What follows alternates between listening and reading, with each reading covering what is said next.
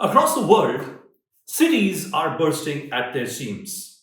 Why is it that whether it's New York or it's New Delhi, when it comes to a season of heavy rains, why is it that we somehow cannot get our act right?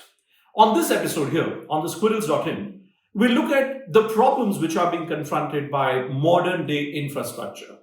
Cities are great, there are expressways, there are bullet trains, but have you seen the videos of what happens in the land of the Big Apple, in New York itself, where a day of intense rains ends up creating a scenario where subways end up being flooded?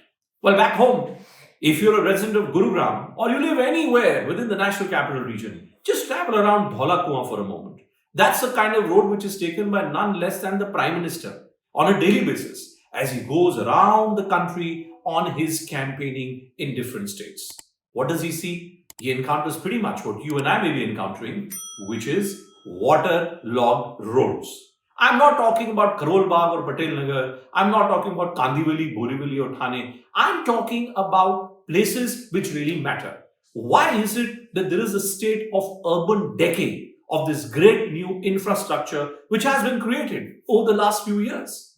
The European cities, on the face of it, appear to be much better planned.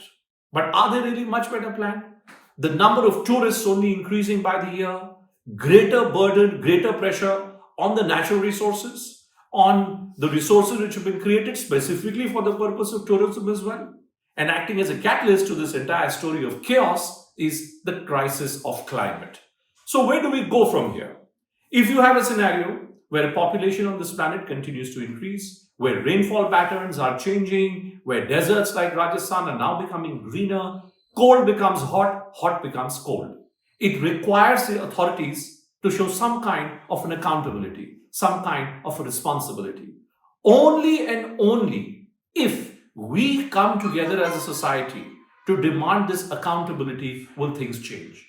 Otherwise, the stories that we have seen in Mumbai, where someone ends up losing his or her life because they go in a pothole, or in Bangalore, where someone died. Why? Because there was a coconut which fell on someone's head.